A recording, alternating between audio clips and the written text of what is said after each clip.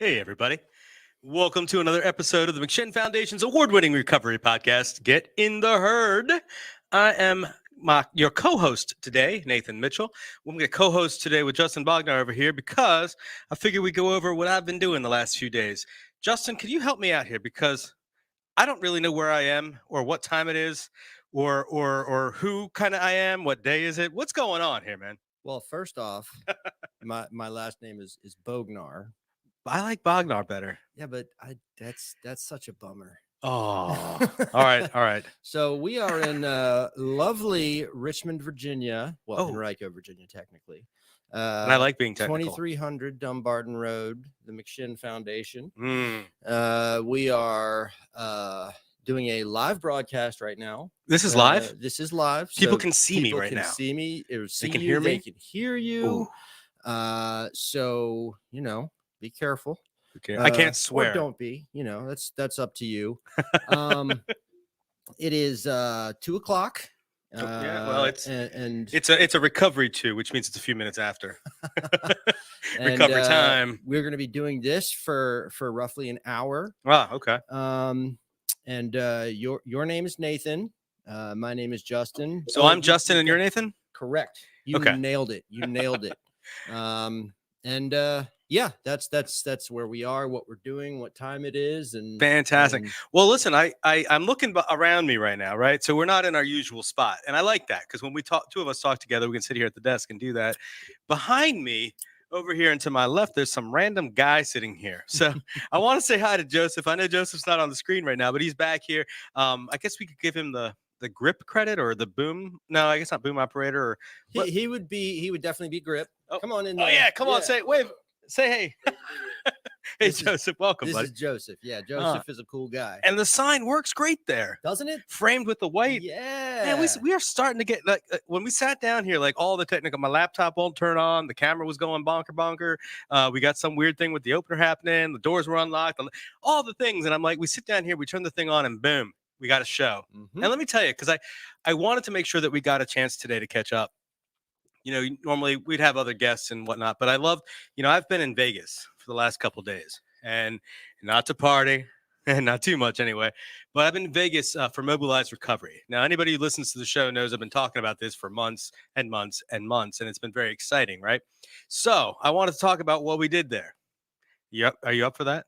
I'm up for that. You up for that? Definitely up for that, because I haven't heard yet. Yeah, right. I saw pictures, I saw videos, and you kept me kind of up to date, but nothing like actually talking. Well, every time I wanted to text you, it was like 9:30 at night where I was, which is on Pacific Coast time. So it was like, I got a couple of texts that were like, "Oh shit, it's 12:30 in the morning, isn't it? I'm sorry." But we were going nonstop. Like, there were hundreds of recovery advocates all meeting together at the same place at the Westgate Hotel in where was it? Las Vegas. Holy crap! And we just had this experience together. There's T. Hey, T. Good to see you. It was amazing. T, you're phenomenal. I'm so glad I got to meet you in person. But that was the experience, right? All these people that for the last year and a half, we've been meeting together online, doing Zoom meeting after Zoom meeting after Zoom meeting, finally getting able to being, together in one place, being able to hug each other and shake hands and say, you know what, I really love what you're doing. And all these people with all these ideas. So the biggest takeaway that I got from MOBILIZE Recovery is recognizing that I'm not alone, right? Like, we're not alone as an organization, the McShin Foundation. We do incredible work. We were able to go out there. We were on a panel. John Shinholzer, Carol McDade, and I were on a panel talking about how to build RCOs. Imposter syndrome set in for me right before. There you go. And I looked at Carol and I said, I just want to acknowledge the imposter syndrome. And she looked at me, she's like, you don't need to have that. You earned this spot. You deserve to be effing up there. And I love that about Carol. And so, we had a great time with that. But the biggest takeaway is the not being alone part. And the biggest experience I think I had was the one that I struggled with the most preparing for. We got there, and I've been doing this training thing. I did this real long leadership training earlier in the year, and it was from Harvard educated people. Well, excuse me. So I had to have my pinky out every single time I was on. But it was like we had all these people from all over the country on this Zoom leadership training. And we got to put a lot of that into action. And we put that into action by another training by these same Harvard educated people. Um, and we learned how to do story coaching, narrative coaching, public narrative coaching. And first of all, we had to learn how to tell our stories better. And we had to learn the framework that they use and the lexicon of the training. And then we learned how to teach that, or at least coach that. And we got to do that on Saturday. And I'm one of these people, when anything new comes up, I'm kind of like, oh no, this isn't going to work. I'm going to always, I've got a disease that's rooted in my insecurities, my fears, my negative outlook on life. And so I think, something new, and I'm like, oh, that's scary. That's really scary. I'm not going to be good at that. I'm going to suck. This is not good. Right. And it pollutes my brain. Right. But we did it. There were 40 of us that were coaches like I was, right? And we got into this room and we each had a table of about 6 people. And we took, was that 40 times 6? Joseph, what's the math on that? 40 times 6? 40 times 6. I have no idea. Okay. All right. Well, good answer. 240 is a good answer right there.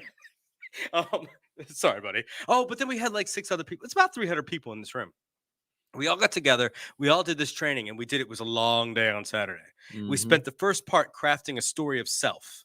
And how do we tell crafting a story of self? Crafting a story of self. Well, and there's a lot of, my story of self is going to be long and winded and blah, blah, blah, blah, blah. But there are, specific moments I can pull out of my story to tell a specific narrative that drives, whatever it is that I'm trying to do.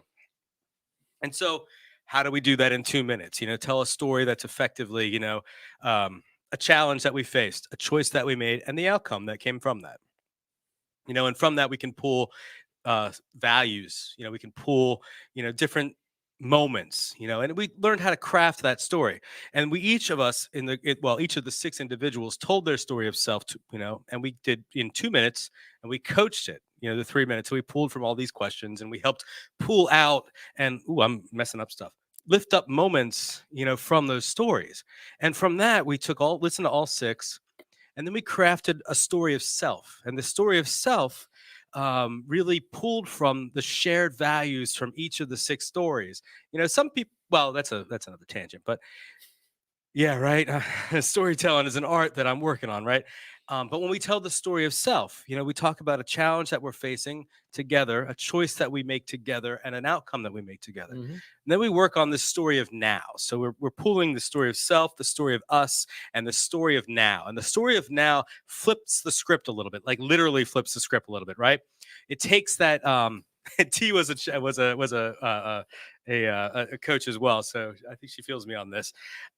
We took this story of now and we flipped the script a little bit. So we took a challenge that we're facing, and instead of a choice that we make, we talk about an outcome that we desire. So it's a challenge, an outcome, and then a choice that we need to make, the now, right now. So it becomes an ask. So, the challenge is in Virginia right now, like tomorrow, I'm going to a hearing, right? And the hearing is to talk about better standards in the emergency departments for how we handle overdoses. Emergency. Oh, that sounds fantastic. Actually, it is, and this is out of the Danny's law that went through 2 sessions ago. We tried to update it again, 2 years ago, and then tried to update that a little bit. And wouldn't you know, we can't even get the freaking General Assembly. This blue, all Democrat General Assembly right here. We can't even get them to sit there and say, you know what? Anybody who goes in the emergency department with an overdose should leave with Narcan. Can't even get them to do that. Can't even do that because they're I'm going to get on my soapbox. But tomorrow we get to go and have this discussion with the Department of Health and help build together, greater access for individuals who leave, the emergency department from an overdose. So the challenge is, we're just treating the problem right now. So the choice, or the outcome that we want to make is, okay, we want better access to recovery support services. When you come in with an emergency, an overdose, we don't want you to just get treated for the overdose and get out of there. We want to make sure that a peer recovery specialist is there and able to connect with you in a way that is destigmatizing, in a way that is non-judgmental, in a way that is actually helpful, somebody who's been in those shoes. And we want follow-up care. We want to send people out with tools that they can have so they can make a choice to get into recovery. It's not just about, okay, well, now you're a piece of shit, you need to get back out here and fix yourself. It's about helping people find the choices that work best for for them, Mhm. right? Because if we acknowledge, which I do, and I think a lot of us in recovery do, the disease of addiction as a mental disorder, then we must recognize that at some point there are no choices. We're stuck in this system. So Right. anyway, that's what the story of now becomes. And so when we look at that, there's a fourth component, right? This is sort of like a big giant umbrella that looks at the story of self, the story of us, the story of now, and how is that all woven together for a linked narrative. And so we basically build this one story, from these stories Mhm. into one giant linked narrative that can tell everybody's story. It's a really, really amazing process. It was a very, very, very long day, but it was some really beautiful stuff that came out of that. And I think it's some of the work I'm most proud of in my entire life, frankly. And it's some of the stuff that I'm going to be continuing to think about and as we craft those stories and learning how to craft those stories moving forward. And then, because it wasn't just about, okay, let's tell our stories, right? Let's see how we can put this into action. Who are the people we need to connect with, right? Mhm. Who are the different people? Now, we were like 400 recovery advocates in one space, plus about 1,000 people online, right? Mhm. But then it's like, okay, who are the people that we need to talk to? Because we could sit here and tell stories. I can sit here and tell you stories all day, and we'll go, yeah, we need to do that, But it's like, where's the freaking action, right? We got to Yeah. mobilize and we got to Yeah. put the action, right? So. Thanks, T. T says, wow, that's great. Much success at the hearing. So needed. Right. Story of self, us, and now. Yes, indeed. 240. Oh, 240. Oh, that's the number. Thanks, Amanda. Appreciate that. I can math good. Yeah. Especially when you're jet lagged. Oh my. Yeah. So what y'all are experiencing right now is me and a sugar rush because Nathan made the strategic error of coming right back to work the next day and walked right into telling a group at 9:30 this morning, which I love doing. Wow. Yeah, but 9:30 was really 12:30 in Las Vegas time. But I also didn't sleep the night. Oh, do you want to know why I didn't sleep the night before? Ask me Sure. why I didn't sleep the night before. Nathan, why didn't you sleep the night before? Well, when I was done partying with Macklemore in Elvis's suite. There it is. There we go. So you had to drop that. No, but it's serious though. So, and this is where that link comes in right now, Justin. On Monday night, I attended this Recover Out Loud concert event in Las Vegas. It was freaking amazing, and it was headlined by Macklemore. I was trying to bring up this screen so I could get all the other people that were on there. It was Katie Tunzel, I think. Yeah, I'm gonna mess that up. But if you're watching right now, if you're looking right now, there's a link on the screen. It says Recover Out Loud 2021. The cool thing about this concert, right? This concert that talks about recovery, the headliner Macklemore, and they're performing.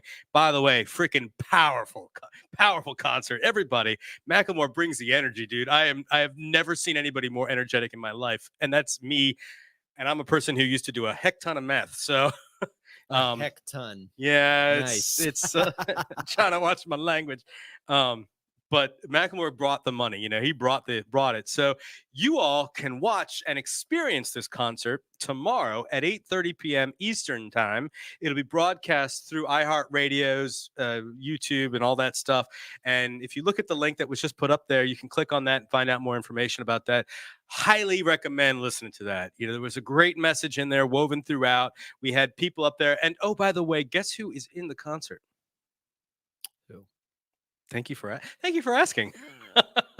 If you listen and you watch tomorrow, our own Honesty Liller CEO, our own Walter Randall of the Testify Tuesday Breaking the Bondage, and our own Matthew Connor are actually part of the Recover Out Loud video clip, which has all these little, why do I recover out loud, pieces put in there. So essentially, all three of them are doing a concert with Macklemore. Really? Yeah. I thought that was pretty cool. Pretty sweet. It is pretty freaking cool. But then, Ryan Hampton, of course, who puts together Recovery Voices and Voices of Recovery. I might have just put that in the wrong order. Anyway, puts together MOBILIZE Recovery. Aaron, not Aaron, he didn't do that. Garrett Hayde, he put out a powerful message. Garrett and Ryan are co-founders of Voices of Recovery.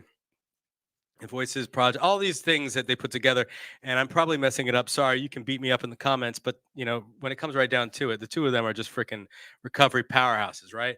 And so, hey, what's up? Don't forget to mobilize America 2025. Oh, that's Marshall, dude. Marshall, you are the best, man. This was a freaking amazing experience to be with all of you all down there, over there, up there. I don't know where Las Vegas is relative to here. Just Over there. Over there. Woo woo! I love this. This is people I was just with in Vegas who are watching this show right now. I love you, brother, too, man. But like all these freaking incredible people being able to share space together, share our stories, and to continue building from there. Because really, it's great to sit down and like all of us get together. It's what we do with it. Where do we take this into the community? How do we go from there, right? And I tell you, I got some of the best ideas from this group. And Maine, where Marshall is, right? Maine gave me a great idea. They went. Do you know what they did? What did they do? I'm just talking today, right? It's freeform Friday. No, it's not Friday. What day is it? It is Hold Wednesday. on. I was gonna throw it at the grip. Oh, Grip, what day is it? Joseph? I'm not the research guy. Yes. All right, we got to have you on the show. All right, so it's Wednesday, but he's not the research guy. I love it. Freeform Wednesday doesn't flow. I don't know. Yeah. I'm trying to think of something, but I don't. Put it in the comments if you got something funny. But anyway, so Maine, if I'm correct, they went and found a sponsor to help them get a whole group of people, a whole team to mobilize. And I said, well, why? We can do that in Virginia. I mean, we got all kinds of people in Virginia. And I think when it came down to it, I think Virginia sent, I don't know, 12, 13, 14 people. I'd forgotten about, something like that. We weren't all coming from the same organization. Rosie's watching. Rosie, what does it say? You are so incredible, Nathan. So thrilled for taking this forward together. So Rosie is the one who did all this training. She's the Harvard educated person who brought the training to the whole thing. Very nice. I know, right? Thank you, Rosie, for that Harvard education. I love that you're watching, Rosie. You really lifted us all up, and you brought this experience to all of us and helped us share this with you. But now I know that we're all going to take this back to our communities and continue to build from there. So when we weave those stories of self, stories of us, stories of now into a linked narrative. So that's so freaking cool. So glad you're here. They took, going back to Maine, clearly the caffeine and the sugar are kicking in with me, right? But they got some people to look out and say, hey, we want to bring a team out there. And I think that's what we're going to do next year. Like Virginia RAP, the Virginia Recovery Advocacy Project, I talk about it all the time. But we're going to look into ways of seeing how we can create a scholarship for individuals all throughout the Commonwealth to represent some geographic diversity, as well as, of course, ethnic, racial, and et cetera, making sure that we get a diverse coalition of people from all over the Commonwealth to go. And I'd love to go out there and just bring like 25 people from the Commonwealth. That'd be pretty cool. I think that would be pretty badass. And then do some more recording out there too. So anyway, what's going on? What's been happening here? It's weird being gone for 5 days. I come in and there's new faces. There's some guy over here who doesn't do research, apparently. I love that. The show has been I want to say trudging along as usual, but we don't trudge. No, we don't trudge. We what is it? What does it say in AA? Trudge the path. Oh, I don't have my book. I don't know. I'm not necessarily an trudge AA the guy. path of somebody in the comments. What is it in AA? Trudge the path of something or other. It's at the end of the. Anyway, sorry. Maryland in the house too. That's right. Whimsy Wednesday from Daniel. Yes, Daniel, I love it. That's perfect. I think I kind of like that, actually. Actually, Daniel, we might just incorporate that going forward because we had to lose Women Wednesday, so that's a good one. Definitely feels like Friday. Hey, bro. I love this. I interrupted you, buddy. So what's been going on? Trudging roads to happy destiny. Yes. Thank you, Daniel. I knew I could count on you. Let me tell you, this I was going to say the mother. Yeah, I know what you were going to say. This guy right here, Daniel, and Chantel Yeah. here in Richmond, Peter's place. So Chantel and Daniel did a phenomenal workshop about diversity, equity, inclusion, and I think they just kind of threw away the script. I walked in about 5 minutes late. Sorry, Daniel, but I walked in a few minutes late, and I think they just kind of threw the script away and just decided to talk. Mm-hmm. And I don't know about you, but I think I sometimes operate best that way. Just shooting from the hip. absolutely, absolutely. Especially if I got something to say. Yeah, and the two of them just had an amazing opportunity to share their experiences, in recovery. Excuse me, which connected a lot to mine sometimes. Oh, excuse me, I'm burping, and connected with a lot of the people, a lot of folks in the room who struggle with being able to find a pathway of recovery that includes them. So I really give a big shout out to Daniel and to Chantel for bringing those issues. Plus, I sat with Daniel and his fiance. Daniel, am I putting partner? Person you're dating? I don't know. Nelson. How about we'll just say Nelson? I sat with Daniel and Nelson at the concert the other night, and we all had a blast. So whatever we want Wednesday, Jacqueline. I love that. Jacqueline's going to be on the show. We got to book her, and we got to book Daniel too. Marshall's been on the show. We got to get T on the show too. I had an awesome time. I was super honored to share space with Chantel. Yeah, Daniel, I get that. So what are we doing? How are we talking here? Look at our numbers. We got 10 people watching here just from this little. Yeah. So how did the weekend go? It's Wednesday. It feels like marriage soon enough. Nice. The weekend went pretty smooth. I don't really have weekends off. Yeah. It was funny. In the training today, I was asking Melanie, how do we even count my hours? Like, how does that even work? 1 hour at a time.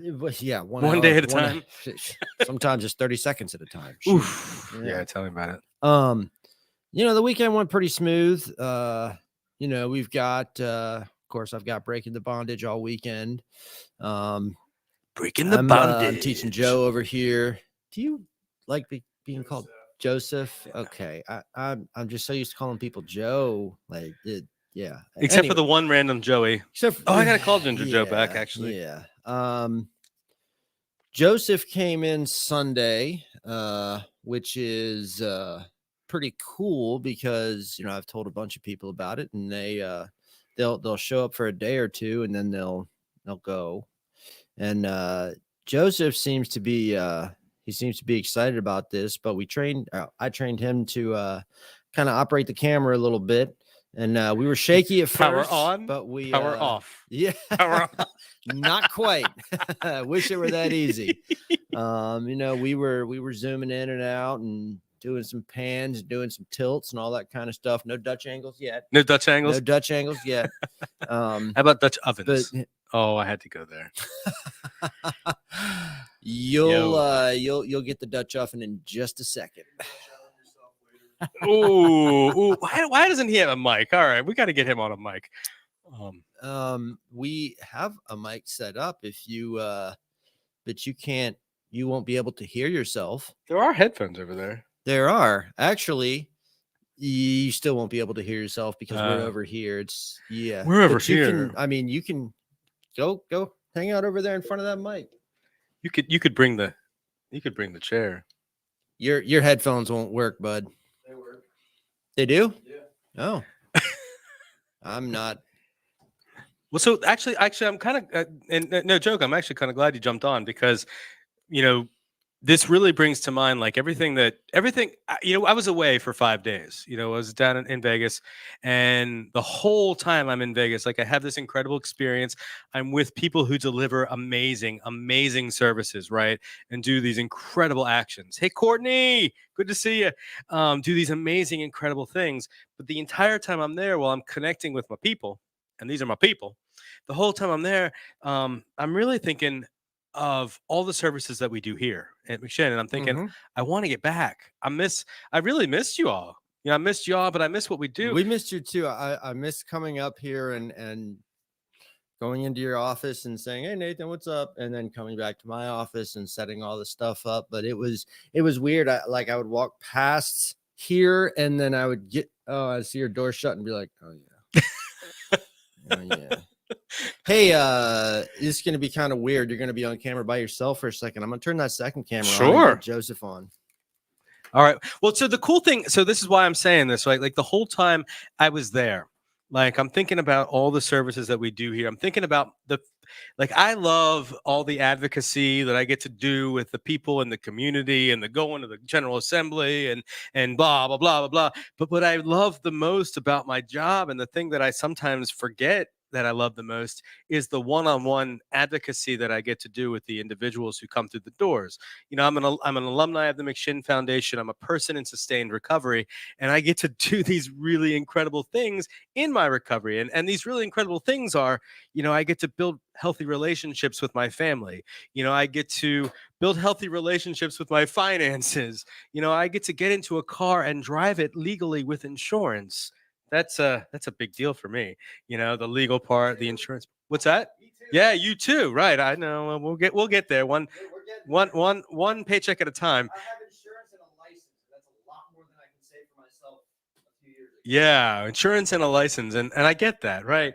And it's like I get to have, I used to come in here. There was a guy that's in, I think he's in Newport News now, but he would come to the meetings and he would share that he has a relationship with soap again, because he used to live in dumpsters, or would be the dumpsters, and oh, look, you're getting lit, you're getting a camera. I love this. Like, Joseph's he's getting the treatment over here, walking the door.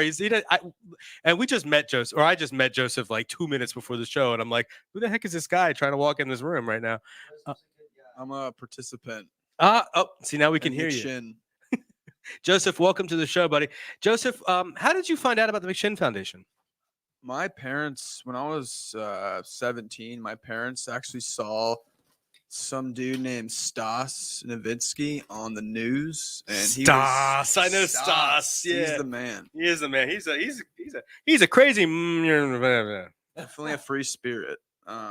But he was doing something on the news, kind of talking about the school, and my parents didn't know what to do with me, and they were like, "Wow, that sounds like a great option." So I went to the school, but I was too young to really want recovery for myself. But so I always knew McShin's here. I always know there's a AA meeting here. You know what I mean? So I've always kind of checked that out from time to time. You were part of the McShin Academy back in the day. Yes. I did read your email. That's your welcome email. That's right. That's very room. Sorry, I didn't interrupt you. No, you're This good, very man. I room- interrupted you. This very room we're sitting in was the schoolroom. So there was 12 of us, and we were all just sitting up here screwing around, doing whatever we could to keep our minds occupied. Obviously, the school didn't last, but it was good intentions for sure. Well, but I love that you brought this up, because one of the things that's been, in the General Assembly, something that we've been doing on the advocacy side, Delegate Carrie Coiner, who's a Republican in Chesterfield, she submitted a bill last year. Right before the pandemic, during the session, and it established Recovery High School that was going to be put into place, blah, blah, blah, blah. Now, the way the world works, and I didn't know much about this until I got into this work, right, is that, okay, it's great if you get the bill done, but then you also have to get the money for the bill. And that goes through a separate thing. And usually they happen at the same time. And initially it did happen at the same time, and it was fine. But what happened in March of 2020? I don't know what happened. Well, why are we wearing masks these days? Oh, right. The pandemic hit, Right. and suddenly the governor said no new programs. I often forget that Right. the pandemic hitting. Like, masks have become just such a normal part of Oh yeah, everyday life now. Just sorry, I I just don't, had to no, bring no, no, that but up. I don't think I'm gonna stop wearing my mask. I haven't had a cold the entire time. I mean, there's something to wearing a mask. So I can stick my tongue out. I don't have to wear my teeth all the time.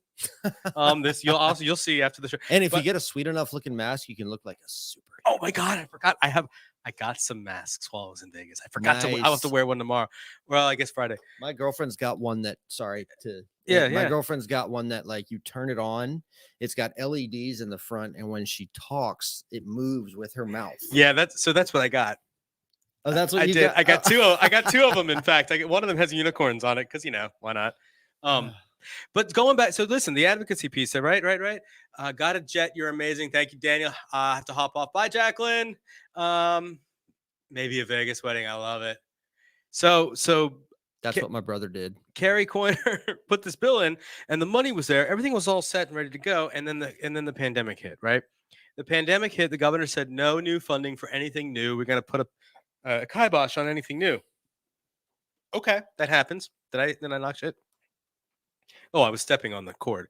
And so when the ARPA money, the American Recovery Program, or whatever the P stands for, the money from the federal government that came to the states to help with, you know, funding for projects as a result of COVID, blah blah blah, came. There was an opportunity to get that money to get that school funded. Mhm. Well, guess what? Nobody put the money bill in again. We forgot. And we forgot until, well, we didn't get it done. We didn't get it done fast enough. They couldn't get the money in. And so we've got this bill saying, yes, we want a recovery high school. We got no freaking funding for it. So this is something we have to push for going into the next session. It's an easy lift because it was overwhelmingly bipartisan. So it'll be an easy lift. I really hope it will be. And put that money back in and make sure we get the recovery high school done because clearly there's a need for it. You know, Mhm. McShin tried to do it a few years ago. I know we ran into a lot of obstacles. I know that when you were house leader, when I first got here, I think we had our last McShin Academy participant in our house when we were living together. Yeah, Yeah, without Mitch, using his right? name, Yeah. using his name, we were able to names and stuff, but it's all right. Because I was about to say his whole name, that's Yeah. why I was like, eh. But having him in the house, and that was actually kind of cool. I mean, I know that things with him, he's him. Um, I'm rambling because what I really want to do is I want to hear more about what's going on with you. So why you just got back and you went over, you're at the house across the street. Correct. What's going on with you? How was life before you got here? It was very chaotic, and just kind of like it was just hard. It was just like I had to exert so much energy every day just to like do basic things, basically, and it was very fast paced. And now it's like I don't know. It's just slowed down a little bit, and I'm not worried about all this materialistic crap. I'm just really trying to focus on the day and the moment and realize that I don't have to compare my job or anything to anybody else. I just need to worry about like being sober right now. But I mean, it's good. I mean, I can already, I got 4 days sober right now, Ooh, all right, good and stuff. it's like I can already see it manifesting, the obsession manifesting in other ways. You know, Talk about that. I don't know. Like to me, I see sex per se as a drug. Mhm. So for me, it's like there's other things that I can do to get dopamine in my brain besides using drugs. So it's like I can still escape reality and be sober and clean. You know what I mean? So I'm Mhm. really trying to not beat myself up and just focus on the drugs right now, like the substances. And I think the other stuff, I can focus on it later. But I always try to like skip ahead to all the stuff. But now I'm just like, no, dude, like it's just drugs and alcohol for right now. Like that's what's the top layer of you know what I mean? That's like the top Yeah. layer of me basically hiding.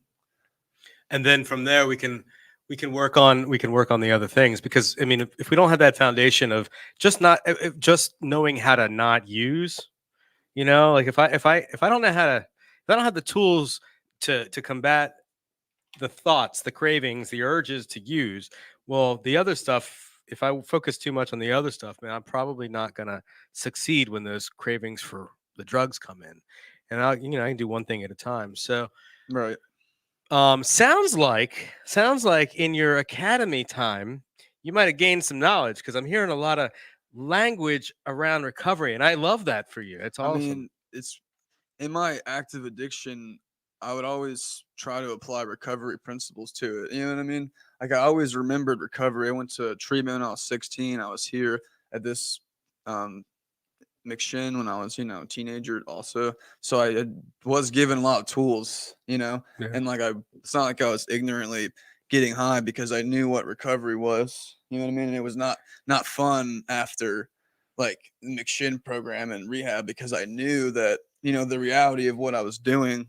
But A little bit of recovery just screwed all yeah, that using I up, didn't mean, it? recovery is cool. Like it's just interesting. You know what I mean? It's because it's Yeah. about like humans and our behaviors and stuff. So I really like it. Even when I'm like, I would go to meetings like AA meetings drunk and like share and stuff. Yeah. But I realized it's probably not like that productive.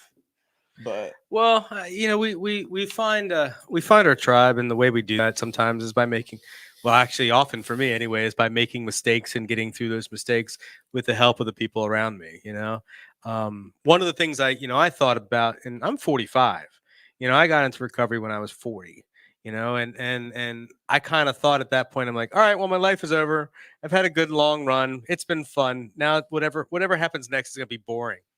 Seriously, I mean, yeah, I mean, in my active addiction, I did all kinds of crazy stuff. I had fun.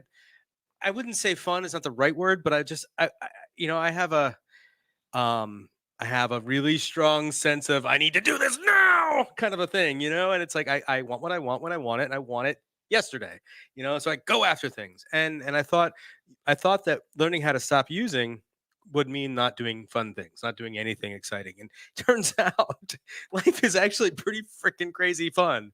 And learning how to get through, for me, I don't know about you because I just met you, but I know my story is that I like to control everything around me. I'm a control freak, and I like things to happen the way I want them to happen. They need to happen this way, or get the heck out of my face. See, I said heck again. Good stuff, right? Did you like Hecton? Hecton. who told us we couldn't swear? Well, I don't somewhere I don't know. We can say shit, but we can't say the other one. Can't say hell. You can say hell. An Yeah, F-bomb was dropped on the show yesterday. I heard. A hard one. I heard. Just a Yeah. Oof, I heard about that. Yeah. Yeah. I haven't watched the show yet, but I'm eager to watch it. You know what? I don't know exactly why, but you know what? For now, and because where the oh gosh, I'm really tangent. So clean it up, Jimmy Brooks says. Hey, Jimmy. Can you elaborate on that, Jimmy? Do you know Jimmy? No. Oh, Jimmy was he was the director of the. Well, he's on the board when you were here, I think. Jimmy's running. Jimmy, if you look at the sign in front of Dumbarton House across the street, or Scott House over there, there's a sign out there for a candidate in the 74th district. That's Jimmy Brooks. Jimmy Brooks is running for House of Delegates in the 74th district. He's a Republican candidate in recovery, and he talks about recovery issues. And we love you, Jimmy. We really do. He was on the board here for a long time. He was on the show a couple weeks ago. But I know for me, getting into recovery, all the things that I want to fix, manage, and control, it turns out my life was fun. When I was using, there were fun moments, but it wasn't as fun as I can romanticize it being. It turns out a lot of what I thought was fun was me just pushing to get more and more and more of this or whatever it was, whether it was a substance or it was power or money or things. That's what my addiction takes me to do. And now in recovery. I was in Vegas with a whole bunch of recovery people in recovery, and believe me, I was around all the things. We're staying in a big giant all the things. If you if you can go to Vegas and survive, I'll talk for myself. If I can go to Vegas and I can survive for 5 days without picking up the substances and stuff, I'm doing okay for now. Does that mean you're recovered? No, oh God, I know it says that in AA. We are recovered. I'm one of these people who thinks that recovery is a lifelong process, and I'm going to continue working on my recovery one day at a time. There you go. But there's a good lesson in the. I went to Vegas. I was around plenty of substances, and I didn't use. In fact, I could smell a lot of those substances. Oh my God, everywhere. And it's happened in Virginia now too. But what are you most looking forward to in recovery? I guess enjoying life, honestly. Having fun and enjoying life and feeling better about myself. Yeah. And maybe get a girlfriend, that'd be awesome. Get a girlfriend. That'd be great. That'd be great. Can I give you are you open to suggestions? Here it is. What do you think I'm going to say? Hey, don't date anybody for a while. Well, stay out of relationships. And look, you're going to do something, and we're on the air, so I won't say exactly what I want to say right now, but you're going to want to do something. Let me suggest that you find other ponds to do that. This little fishbowl we're in right now, find another fishbowl. I'm gonna tell you that getting into a relationship early in recovery is a very bad idea. And I'm speaking from, I heard and saw plenty of people that were living in the house I was living in fact, that you know, they said, "Oh, well, you know, I'm clean now and I can have a decent relationship and all that. It's going to be no, you can't. You really can't do that because part of being in a relationship is being able to be happy with, or part of being clean is being able to be happy with yourself and getting to know yourself again. And you know, you don't know who exactly you are when you're in active addiction. And until you actually know who Joseph is, until you're happy with who Joseph is, don't try to bring that into, you know, a significant other's life. And I'm relatively Um, happy about it. I mean, about Yeah. what? who Joseph is. Yeah. I don't hate being Joseph. But what I'm suggesting is get to know Joseph a little bit better. right. You know, get to know Joseph without substances, get to know Joseph without alcohol, get to know Joseph in recovery. Right. You know, So maybe the girlfriend down the road. down the some road, ways. down the road. I made it a point when I got into recovery to, you know, not date anybody. And, you know, now I'm with, you know, my girlfriend, but we've also known each other for 20 plus years, you know. And you know, I think, what is it they say in NA, like for the first year say don't date, Yeah. something like I that. think that's a minimum. Nobody does that. Yeah. I'm going to be honest, nobody No. does that. My sponsor, his sponsor, nobody, you know, what my sponsor tells me all the time, and I pretty much live by this, is do what you want. Okay. Just don't use, and be prepared for the consequences, whatever they may be, you know, because we're all going to do what we want to do anyways. Just don't get high and be prepared, because think about that fallout. Think about whatever those consequences, whether they be positive, whether they be negative. Think about that before you make your next move. I pretty much live by that, because let's face it, we're, you know, we have substance use. We think about using all the time. I don't care how long you have in recovery, you're going to think about using every once in a while. It's going to happen. And when I think about using personally, the first thing, you know, Nathan tells me all the time, we're not responsible for our initial thoughts. We're responsible for, you know, how we interpret them. And what is it that you tell me? I'm not responsible for I'm not responsible for my addiction, but I'm responsible for my recovery. Yeah, I'm not it's responsible for how my reaction, but I'm responsible for how I respond to that. You know? So right. my feelings, not responsible for my feelings. I'm responsible for how I respond to my feelings. So the first thing I think about, I'm not necessarily going to hold myself completely responsible for that, because I know how my brain works. You know, what I'm going to hold myself responsible for is the amount of spirituality and the amount of trying to think about the next right thing, and trying to think about it in a, I guess you could say, a being a better person type of way, you know, if that makes any sense at all. Totally. That's what I try to, and those consequences, man, every time, because I still think about using all the time, you know, that a big trigger for me, and I know we're veering completely off of the subject, but a big trigger for me is having to sit with my emotions, whether they be happiness, whether they be sadness, depression, anger, whatever it is. When I have to sit with my emotions, man, that makes me want to use something fierce. But I know that if I use, all the bad things are going to happen. I'm going to lose everything that I've been building on, you know, while I've been clean. I'm definitely going to lose my job. You know, I'm going to lose my relationship.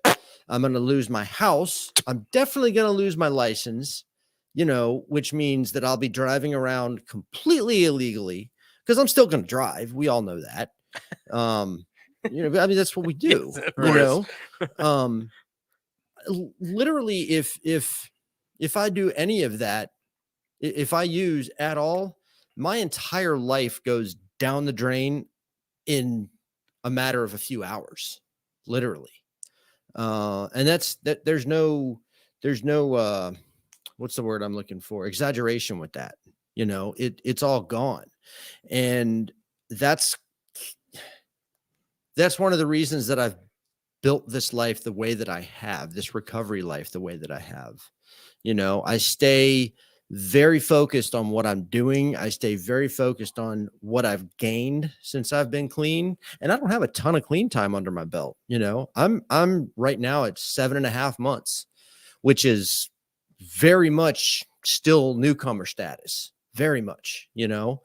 Until I've got a couple years under my belt, man, you know, I have to be extremely careful. And even then I still have to be careful, you know? And part of that, you know, being careful is, you know, making sure that I'm doing the things that are suggested to me, you know? I stay around recovery, you know, people that are in recovery. I stay around my sponsor all the time. I work at a recovery resource foundation, you know? So it's like everything, my whole life is basically built around my recovery process, you know? And I guess I'm telling you all this to say, don't get in a relationship. Right.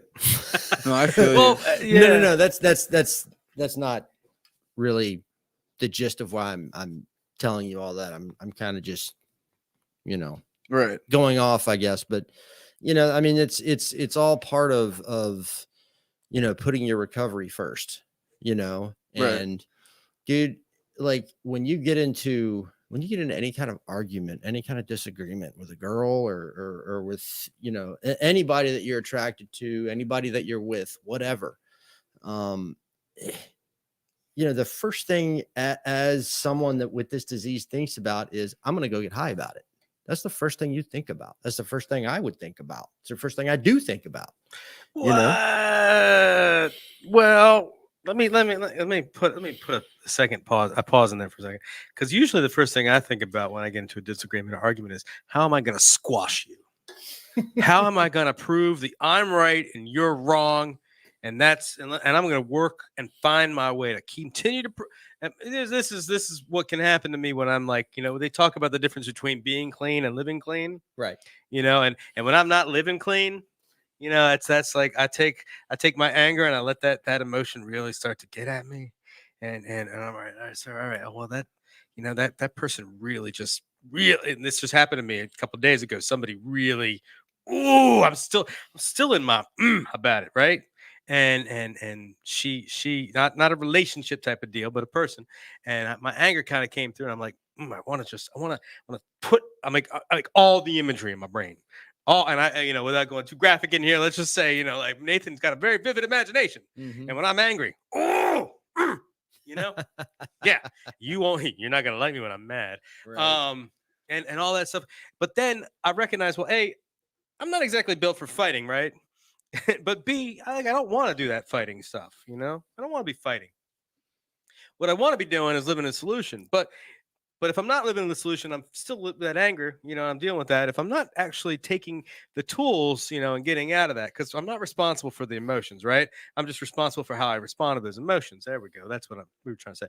And if I live in that anger and let that just fester, that opens up, you know, the possibility, the probability that the one to use is going to come in. You know, the probability is like, you know what, I know how to freaking dull this emotion. What really surprised me well, maybe not surprised me this weekend, but what I noticed about myself this weekend is, you know, it's easy for me to recognize that when I'm angry or sad or anything, like I might think about using. It's those moments where I'm in like really excited or elated that still surprise me where I want to use. Oh yeah. Yeah, like we're at the. Have you been to Vegas before? Like this is awesome, but it could be awesomer. Exactly. Yeah. Oh, yeah. and that was a real power. And I even said it to the people we're with because A, like I know we're not going to use together, Yeah. right? And B, like they didn't think anything of it. Then, you know, oh look, that's a thing, and okay, great, it's done, right? But we acknowledged it and we let it go on. But I looked up and I'm like looking at this incredible light show, and I'm thinking, wow. Yeah. But then when I actually stopped, when I paused and experienced the light show and let the excitement of it and the music and everything wash through me, I'm like, actually, I'm getting like from a physical or whatever, not chemical, but from a brain perspective, stopping and pausing and taking a breath and experiencing the experience without the drugs. Like I came out of there going, wow. Like Yeah. which would have been completely dulled by the drugs. Oh yeah. It would have been, Oh, and, yeah. and then the next day I'd be like, wow, that was great, but man, I feel like shit. Yeah. Yeah. Versus I'm like, I'm still like talking about it. I'm like, that was a freaking amazing. You can kind of still enjoy it now. Yeah. And there are the natural highs too. Like I want to go back to that place. I want to do the zip line there that we did. Mhm. But and Jimmy Brooks says, pray about it and let HP decide. I think he's talking about that's a good thing for anything, but he's talking about the relationship. The first thing I thought when I read that was Hewlett Packard. I know, right? I was like, let my printer decide. What? Why? It is an HP printer over there too. Yeah, it is. Wait, what is HP? Higher power. Higher power. Or just let Justin's printer decide for you. Just let my printer decide. So Joseph, man, new to recovery again. Well, welcome back to recovery. You're here for the first time on the show. I'm just meeting you. No, he's here for the second time on the show. You were here yet? What? Was he on the show yesterday? No, he was here the other week. I think was on the show last week. Yeah, he was on the show With last you? week. Yeah, Thursday, I think. Oh, yeah. how'd that go? How'd it go? Good. It went. Could you elaborate on that good? Good. Sorry. It was good. I don't know. I felt like a special boy, to be honest. I love it. That's awesome. I love it. Joseph. That is the best response I've ever heard. I felt like a special boy. I've been flattered by Nick Shin since I've been here. He showed up and really kind of got me out of a jam because I didn't have anybody for the show and it was just me running it. And and nobody wants to listen to you talk for an hour at all. Me either. I don't even like listening to myself talk for an hour. Oh, see, the problem this is where we're different. I love listening to myself talk for an hour, but nobody else does. So, this is shit I gotta do. I go downstairs and I'm like, I need somebody for the show. And I get the suggestion, well, me and Mo start talking about the high school and everything. And, there's just later on down the road, there's going to be some episodes on that. But I was like, man, that's great subject matter. But who can I talk to? And he's like, go over to one of the houses, grab, Joseph, and see if he can do it. And I think I woke you up and was like, hi, I'm Justin. Yeah, someone was you like, should be on the podcast today. And you were just like, wait, what time of day was it?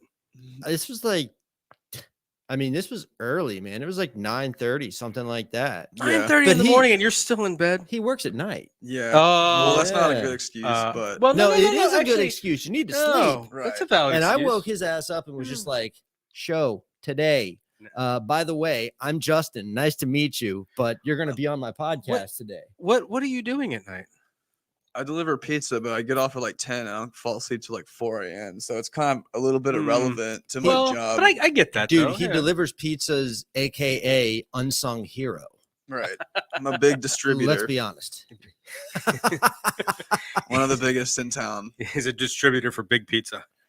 Juicy pies. Whoa. Wow. Oh man, listen, I'm the host of this show over here. Hey, but listen, but we're kind of that was a quick hour. That was a very quick hour. And I do want to get back to the main part of this because we're going to talk about Mobilize many times over the next couple months, probably and the next year before we get there again. And I know that there's a lot of stuff we didn't get to cover, but what I want to talk about though is I want to ask, and since you're here, Joseph and Justin. What is when I say the words recovery advocacy, what comes to mind for you? I'll start by saying recovery advocacy for me means letting people that are, in active addiction, and B, people that know someone in active addiction that don't suffer from this disease themselves know that there is another option, that recovery does exist. Because I'll be honest, when I was using, at first I didn't know that recovery, I didn't know this was a thing. I just thought once I started using, well, shit, that's it. Like Yeah. this is life now. This is what I have to do. This is life now. This is how life is going to be for me. I'm just going to, have to use for forever. And when I, got introduced to recovery, man, like, and it's not easy. Like recovery is not easy at all. But it's letting people, other addicts know, and those that, that love those addicts, that there is another way to live, there's a better way to live. And you don't have to do this forever. You can stop, that's what it means to me. I like that. I like that. Joseph. My turn. You don't want to go? No, please go ahead. Okay. Hey, listen, I'm hosting the show. I get to finish. I thought he was the host. What have you been teaching these people? guess. Boom. Oof. There we go. Oof. I was thinking earlier, just making it as attractive as possible for people, I guess. Because I know for me when I was younger, it was like this dude's telling me I gotta go to meetings my whole life and all, and it was just kind of like the idea of recovery is unattractive. But when I was here at the meeting the other day, like I was attracted to the way that someone was putting it, and it was like you know what I mean? Like the way they were almost advertising it to me was like, it hit me, and I was like, damn, this is where the love is. Like, this is where like the warmth and the cozy fire is. Like, I want a cozy fire instead of being like, oh, we have all these organized activities where it's like so organized and you got to march around. You know what I mean? Like that kind of was my mindset. So of what recovery looked like? Yeah, when I was younger, it was just unattractive. Yeah. But I think like if it make you attracted to people that are in like jail and active addiction and stuff, more people. Comfy fire instead of detoxing on a jail bed. Yeah. I love that comfy fire imagery. That's sticking with me. I like that. Anything else you want to add? No? Not really. But yeah, I don't know. I don't really know. But I'm assuming advocacy means like how to attract people. Well, I think there's a lot of both of you've said. I mean, there's nothing. Everything that you've said, I think, is very valid and a contribution. There's the advocacy we do within our own community to reach out to the next sick and suffering person. That we do. Like I think all three of us work a 12-step program that talks about a program of attraction rather than promotion, right? It's like I work on myself on a daily basis, to maintain my recovery, but also to not simply to just stay clean, but it's like, okay, now I have to work on the other aspects of my life. I don't want to be angry all the time. I don't want to be alone. I don't want to be fearful, bitter, all those things. I want to work on those too. And that's what, recovery, that's what freedom from active addiction does for me. Freedom from active addiction gives me the ability to recover in a larger way. And that's what I look forward to as far as the attraction piece. The other side of the advocacy is making sure that we have that available to anybody, that we have recovery options open and available to anyone out in the street, that we share that message, and we encourage by breaking down the stigma, by us in recovery demonstrating not only is it possible, but it's a beautiful thing. It's a fun thing. I have more damn fun these days. And it's life. I mean, it is life on life's terms. Not every day is freaking peaches and cream. Like I kind of want to go home and go to bed after we do this. And I still have stuff to do, but we get through it, we get up, we do our thing. I put one foot in front of the other, I suit up, I show up, and we make it work, and we show that it can work. And so that the people who make these decisions, which by the way, we're working to make sure that people in recovery with lived experience are the ones who are making these decisions and at least have a seat at the damn table, right? Like that's why I'm going to this thing tomorrow, is make sure we have a seat at the damn table. Mm-hmm. But making sure that we're demonstrating to those people who make the decisions on where money is spent, where resources are allocated, know that not only is it possible, but it's a beautiful thing. And when we invest in recovery, we invest in public safety, we invest in public health, we invest in building communities and families. So that's what that's all about. So that's what I love about it. Mm-hmm. Like, you can take advocacy to any level. You know, I happen to love going out and sharing little pieces of my story, you know, and hopefully connecting that story to something bigger, you know, with somebody else's story. And I think even if I'm not doing that in a public, you know, setting, you know, when I'm doing that in a private setting, it's still advocacy. I'm sharing my story to connect with your story, because your story has a meaning. You know, your story can probably help me. It will help me, you know, whether you know it or not. My story is going to help you. I know it is, you know, and even if only to say, I don't want to do that, you know, and there's a lot of my story where I think a lot of people look and say, well, I never want to do that. Please don't do that. You know, what works for me is not going to work for you necessarily. But like, you know, we have these stories and we must continue to share our stories, to share our story of self, to make it a story of us. You know, and I love that. I love that what these trainings for me are giving me more tools, and more tools means more helping of other people. And when it comes right down to it, I'm sick of seeing my friends die. And I'm sick of seeing, I'm just sick of seeing people die from this disease, you know? And so if it can help anybody, you know, I'm going to try to work harder to do it. So Joseph, thanks for jumping in, buddy. Yeah, thanks for letting me get on. That's, Yeah, I mean, awesome. absolutely, That was man. a great addition to that. Justin, of course, thank you for allowing me to co-host with you today. It was good to see you. I'm glad to be back. We are definitely going to be talking about Mobilize Recovery and everything that's happened from that since then, and will continue to happen. But before you go to close, I want to put out one more shout out to Recover Out Loud. Tomorrow night, it's going to be on that website, recoveroutloud2021.org. They're going to broadcast it at 8:30 through the YouTube channel, through all the Facebook things and the MySpaces and Friendster. Okay, I don't know about all that, but check it out. Macklemore. Friendster? Yeah, I said Friendster. It's old. That's really old, isn't it? Check out recoveroutloud2021.org. Watch tomorrow at 8:30. Listen, you'll have an awesome experience. And we'll talk to you tomorrow for International Recovery Day. Peace out, everybody. Here at McShin, we believe in the McShin way, which is authentic recovery support service providers, people with lived experience, bringing that experience to those who need that lived experience in recovery. Here at McShin, we believe in many things to support our mission. We believe in women empowerment. What I love most about what we believe here at McShin is we believe in the authenticity of the peer-to-peer approach. Here at the McShin Foundation, we believe in giving people opportunity.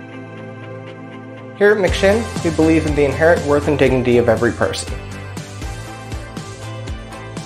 At the McShin Foundation, we believe in helping people reach their full potential. Here at the McShin Foundation, we believe in multiple pathways to recovery. Here at McShin, we believe in placing principles before personalities to help spread hope.